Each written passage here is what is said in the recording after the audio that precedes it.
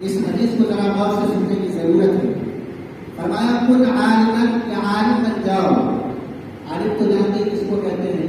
عالم کے لفظی معنی ہے جانکار، کسی بھی چیز کا جاننے والا وہ عالم ہے، لیکن ہماری اصطلاح میں عالم اس کو کہتے ہیں جو قرآن و حدیث کا ماہر عالم ہو، اس کو عالم کہتے ہیں۔ لیکن اگر کوئی کمپیوٹر کا علم رکھتا ہے تو وہ بھی سمجھے کمپیوٹر کا عالم ہے، لیکن ہماری اصطلاح میں اس کو عالم نہیں کہا جاتا ہے، اس کو کچھ اور کہا جاتا ہے۔ لیکن عالم کے لفظی معنی میں جاننے والا۔ تو بہرحال تو فرمایا کہ کن عالمن، عالم بن جاؤ، عالم ہو جاؤ، علم حاصل کرنے والے، کیا ہے علم بتانے والے، کسی بھی چیز کا جانکار، قرآن و حدیث کا جانکار بن جاؤ۔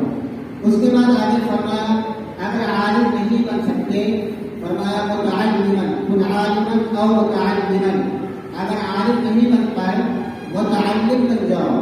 متعلم کہتے ہیں علم حاصل کرنے والے کو، علم طلب کرنے والے کو، سیکھنے والے کو متعلم کہتے ہیں۔ تو سب سے پہلا کام بتایا عالم بنو۔ اگر عالم نہیں بن سکے تو متعلم بن جاؤ، علم حاصل کرنے والے بن جاؤ۔ اگر علم حاصل کرنے والے بھی نہیں بن سکے، فرمایا او مستمعن، یا جہاں پر یہ باتیں ہو رہی ہیں اس کو غور سے سننے والے بن جاؤ۔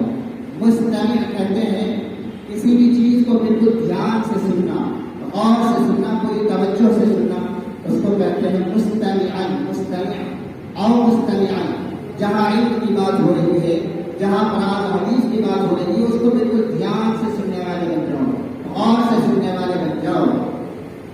تو کیا تین چیزیں ہو چکی، عالم بنو، متعلم بنو، یا مستمع، غور سے سننے والے بنو۔ دوسری روایتوں میں مستمعن کی جگہ جالسن ہے کہ اگر کہے علم کی مجلس میں بیٹھنے والے بن جاؤ، علم کی مجلس میں جہاں علم کی باتیں ہو رہی ہیں وہاں بیٹھنے والے بن جاؤ، جالسن۔ جب ظاہر سی بات ہے، جب آپ علم کی مجلس میں بیٹھے گا تو ظاہر سی بات ہے بہت ساری باتیں سیکھنے کو ملیں گی۔ تو یہ چار چیزیں بیان کیا، تین چیزیں، عالم بنو، متعلم بنو، مستمع، غور سے سننے والے بنو۔ چوتھے نمبر پر جو بیان فرمایا اگر یہ تینوں نہیں کر سکے، تینوں نہیں بن سکے تو آخر میں فرمایا او محبن لہو، اگر عالم بھی نہیں بن سکے، متعلم بھی نہیں بن سکے، مستمع بھی نہیں بن سکے، تو جن کے پاس علم ہے اہل علم سے محبت کرنے والے بن جاؤ، اور محبن لہو اس سے کیا ہے، محبت کرنے والے بن جاؤ۔ یہاں تک تو بات صاف ہے۔ اب آگے جو بات ہے اس کو بہت دھیان سے سننے کی ضرورت ہے۔ آگے تو فرمایا وہ آپ کے ذہن و دماغ میں لگنا چاہیے، اور محبت لہو کہ علماء سے، علم والے سے محبت کرنے والے بن جاؤ۔ وَلَا تَكُنِ الْخَامِسَةَ، پانچواں مت بنو، پانچواں مت بنو۔ اور پانچویں کیا چیز ہے، آگے آ رہی بات کہ اگر یہ چاروں بدقسمتی سے نہیں بن سکتے تو پانچواں مت بننا ہے تو اسی چاروں میں سے کوئی ایک بن جاؤ، پانچواں مت بننا۔ وہ پانچواں ہے فرمایا وَلَا تَكُنِ الْخَامِسَةَ فَتَهْلِكَ، اگر پانچواں بن گئے تو ہلاک ہو جاؤ گے، اگر پانچواں بن گئے تو ہلاکت و بربادی تمہارے مقدر میں آئے گی۔ اب آگے فرمایا کہ وہ پانچویں قسم کیا ہے، فرمایا أَن تُبْرِزَ الْعِلْمَ وَأَهْلَهُ، کہ علم والے سے، علماء سے بغض رکھنا، علم والے سے، علماء سے، حفاظ سے، علماء دین سے، حافظ سے، حافظ قرآن سے بغض رکھنا، یہ تم کو ہلاکت میں ڈال دے گا۔ کسی عالم دین کے بارے میں بغض عناد رکھنا، کیا ہے، کینہ رکھنا، اس کے برائیاں بیان کرنا، وہ کیا ہے، تم کو ہلاکت و بربادی میں ڈال دے گا۔ یہ دعوے کے ساتھ تو نہیں کہا جا سکتا ہے، ایسا نہیں ہے کہ کسی بھی عالم میں کوئی برائی نہیں ہے، برائی ہو سکتی ہے۔ ایک عالم بھی انسان ہی ہوتا ہے، اگرچہ وہ عالم ہے لیکن وہ ہے وہ انسان، عالم سے بھی غلطی ہو سکتی ہے۔ عالم بھی ہمارے ہی جیسے انسان ہے، وہ فرشتہ نہیں ہے۔ اگر 10 غلطیاں ہم کرتے ہیں تو ایک دو غلطی کسی عالم سے بھی ہو سکتی ہے، لیکن اس ایک دو غلطی کی بنیاد پر اس سے بغض رکھنا، اس سے کینہ رکھنا، اس کی برائیاں بیان کرنا، اس کے خلاف سازشیں کرنا، یہ تم کو ہلاکت و بربادی میں ڈال دے گا، ہلاکت و بربادی میں ڈال دے گا۔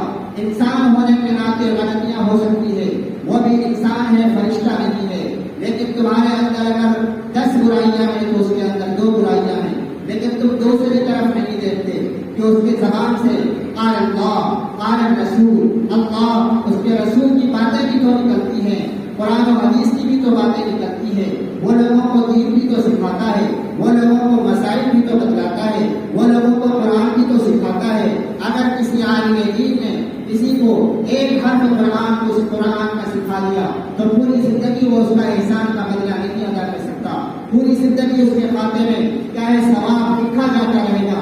کیا یہ مقام تم کو حاصل ہو سکتا ہے؟ کیا یہ مقام تم رات بھر بھی تہجد پڑھ لو لیکن ایک غیر عالم رات بھر تہجد پڑھ لے، لیکن ایک عالم اگر رات کے سوتے وقت کسی ایک آدمی کو ایک مسئلہ بتا دیا تو رات بھر تہجد پڑھ کے بھی اس عالم کا مقابلہ نہیں کیا جا سکتا ہے۔ آپ دنیا کے کسی بھی مفتی سے مسئلہ معلوم کر سکتے ہیں۔ خود رسول اللہ صلی اللہ علیہ وسلم فرماتے ہیں کہ علماء کیا ہے ہمارے وارث ہیں، ان کی فضیلت ایسی ہے جیسے کہ ہماری فضیلت تمہارے میں سے ادنا آدمی پر ہے۔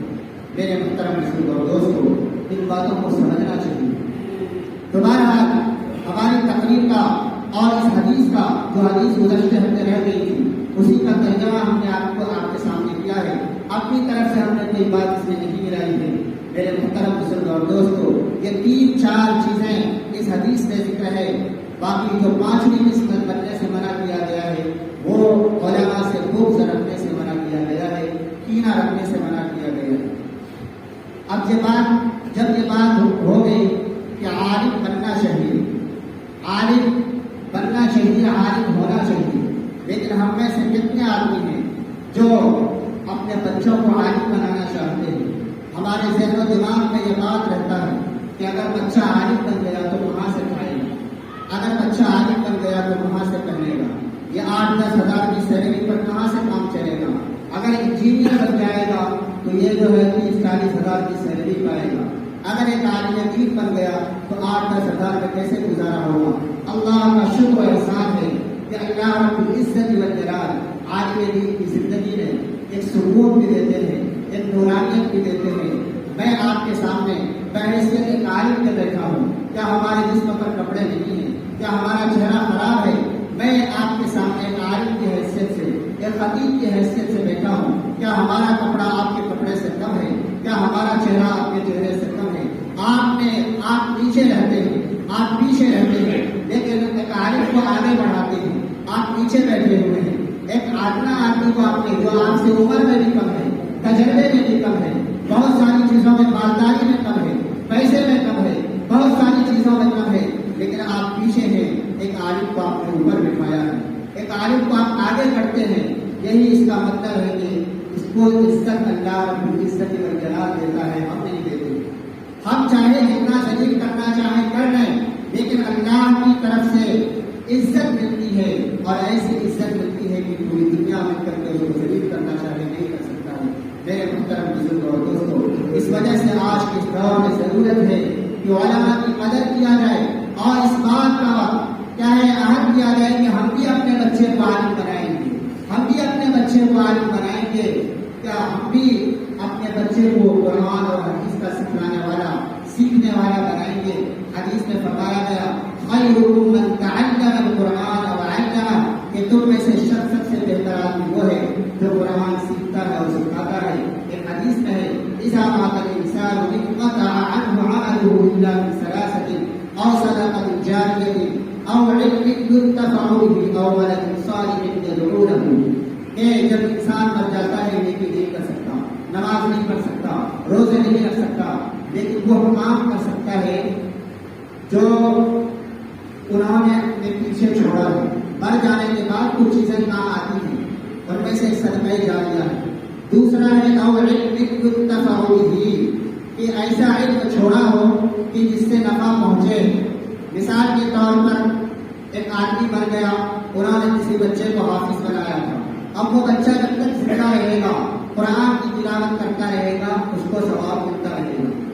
اور اسی طریقے سے فرمایا او ولد صالح، کہ ایسا نیک اولاد چھوڑا ہے کہ جو اس کے لیے دعا کرتا ہے۔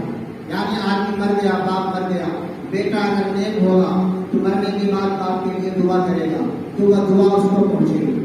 اب شرط یہ ہے، سمجھنے کی بات یہ ہے کہ اولاد آپ کے لیے کب دعا کرے گی، کب دعا کرے گی؟ جب اولاد کو دعا کرنے کا طریقہ معلوم ہوگا، جب اولاد کو نماز پڑھنے کا طریقہ معلوم ہوگا، جب اولاد قرآن پڑھنا جانے گی تبھی تو دعا کرے گا۔ اگر ان میں سے کچھ بھی نہیں اس کے پاس، وہ پیدا ہونے کے بعد اسکول میں ڈال دیا گیا، وہاں کتا اور بلی سے اسٹارٹنگ ہوئی، تو وہ قبر پر کھڑے ہو کر کے کیا کہے گا؟ کہ اللہ ہمارے باپ کے قبر میں کتا اور بلی سب ڈال دیجیے، کیا کہے گا؟ آپ کو ذرا حیرانی ہوگی کہ میں یہ بات کیسے کہہ رہا ہوں۔ آپ کسی بھی اسکول میں یو کے جی ایل کے جی کے بچوں سے، نرسری کے بچوں سے پوچھیے، جانے کے بعد کیا پڑھایا جاتا ہے؟ بی فور سی فور کیا پڑھایا جاتا ہے؟ کتا اور بلی تو پڑھایا جاتا ہے۔ لیکن ایک بچہ جب مکتب اور مدرسے میں جاتا ہے، آپ یہ نہ سمجھیں کہ میں عصری تعلیم کی مخالفت کر رہا ہوں، میں اسکول کی تعلیم کی مخالفت کر رہا ہوں، ایسی کوئی بات نہیں ہے۔ لیکن ایک بات سمجھانے کے لیے، ایک فرق بتلانے کے لیے کہ عصری تعلیم میں اور دینی تعلیم میں کیا فرق ہے۔ عصری تعلیم میں جب بچہ اسکول کو جاتا ہے تو اس کو کتا اور بلی سے اس کی اسٹارٹنگ ہوتی ہے، لیکن وہی بچہ جب مدرسے میں آتا ہے، مکتب میں آتا ہے، مولانا صاحب پڑھاتے ہیں بسم اللہ الرحمن الرحیم، اعوذ باللہ من الشیطان الرجیم، بسم اللہ الرحمن الرحیم، اسٹارٹنگ ہوتی ہے اللہ کے نام سے، اللہ کے نام سے اسٹارٹنگ ہوتی ہے، اور دوسری طرف کتا اور بلی سے اسٹارٹنگ ہوتی ہے۔ میرے بھائیوں یہ فرق ہے۔ آپ اسکول کی بھی تعلیم پڑھائیے دلائیے، ضرورت ہے، لیکن وہ ضرورت دنیا کی ہے۔ چاہے ہمارے لیے ڈاکٹر اور انجینئر کا بھی بننا ضروری ہے، لیکن اس سے زیادہ کہیں زیادہ، کئی درجہ زیادہ کیا ہے، دین کا علم حاصل کرنا ضروری ہے۔ دین کا علم حاصل کرنا ضروری ہے۔ اگر ہم نے اپنے بچے کو مکتب میں نہیں بھیجا، اس کو قرآن پڑھنا نہیں سکھایا، اس کو مکتب میں نہیں بھیجا، اس کو نورانی قاعدہ کی تعلیم نہیں دلائی، اعوذ باللہ بسم اللہ کی تعلیم نہیں دلائی، تو بچہ بھی گمراہ ہوگا۔ آپ بھی اس بچے کا گناہ آپ کے سر پر بھی تھوپا جائے گا۔ وہ بچہ خود کھڑے ہو کر کے کہے گا میرے باپ، میرے اللہ، ہم سے کہیں زیادہ یہ سزا ہمارے ماں باپ کو دیجیے، کیونکہ اس ماں باپ کو یہ فکر تھی، صبح کے 6 بجے اٹھ کر کے تیار کرتے، ناشتے کا ٹفن تیار کرتی تھی میری ماں، اور مجھے تیار کر کے بس پر لے جا کر کے چھوڑتی تھی، اسکول تک لے جا کر کے پہنچاتا تھا، اور چھٹی ہونے پر اسکول کے گیٹ پر جا کر کے لوگ کھڑے ہوتے تھے، لانے کی فکر ہوتی تھی، لے جانے کی فکر ہوتی تھی، اور بے شمار پیسے خرچ کیے جاتے تھے، لیکن اس ماں باپ نے ہمارے لیے علم دین کے لیے کوئی فکر نہیں کی۔ ہمارے اس ماں باپ کو فکر نہیں ہوا کہ اس بچے کو قرآن بھی پڑھنا ضروری ہے، ہمارے اس بچے کو حدیث کا علم بھی ضروری ہے، وضو اور نماز کا طریقہ بھی ضروری ہے۔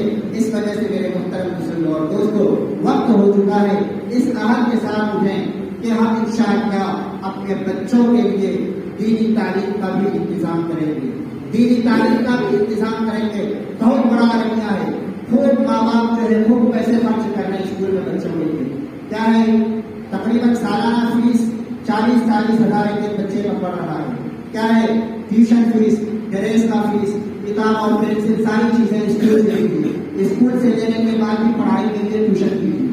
یہ کیا ہے؟ الگ نہیں ہے، پورا 6 گھنٹے وقت بھی دیجیے اور ایک موٹی رقم بھی اسکول میں دیجیے، اس کے بعد پھر پڑھائی کے لیے ٹیوشن کیجیے، اور یہاں 1 گھنٹہ آپ کے بچوں سے مانگا جاتا ہے، آپ سے مانگا جاتا ہے کہ 1-1.5 گھنٹے کے لیے بچے کو مکتب میں بھیج دو، لیکن اس کے لیے تیار نہیں ہے۔ جو بھی بچے مکتب میں آتے ہیں ماں باپ کو کوئی فکر نہیں، ماں باپ کبھی آتے ہی کہ مولوی صاحب ہمارا بچہ پڑھنے آتا ہے، کیا پڑھا آج تک نہیں پڑھا، کسی کو کوئی فکر نہیں۔ یہ ہماری قوم کا حال ہے۔ اللہ رب العزت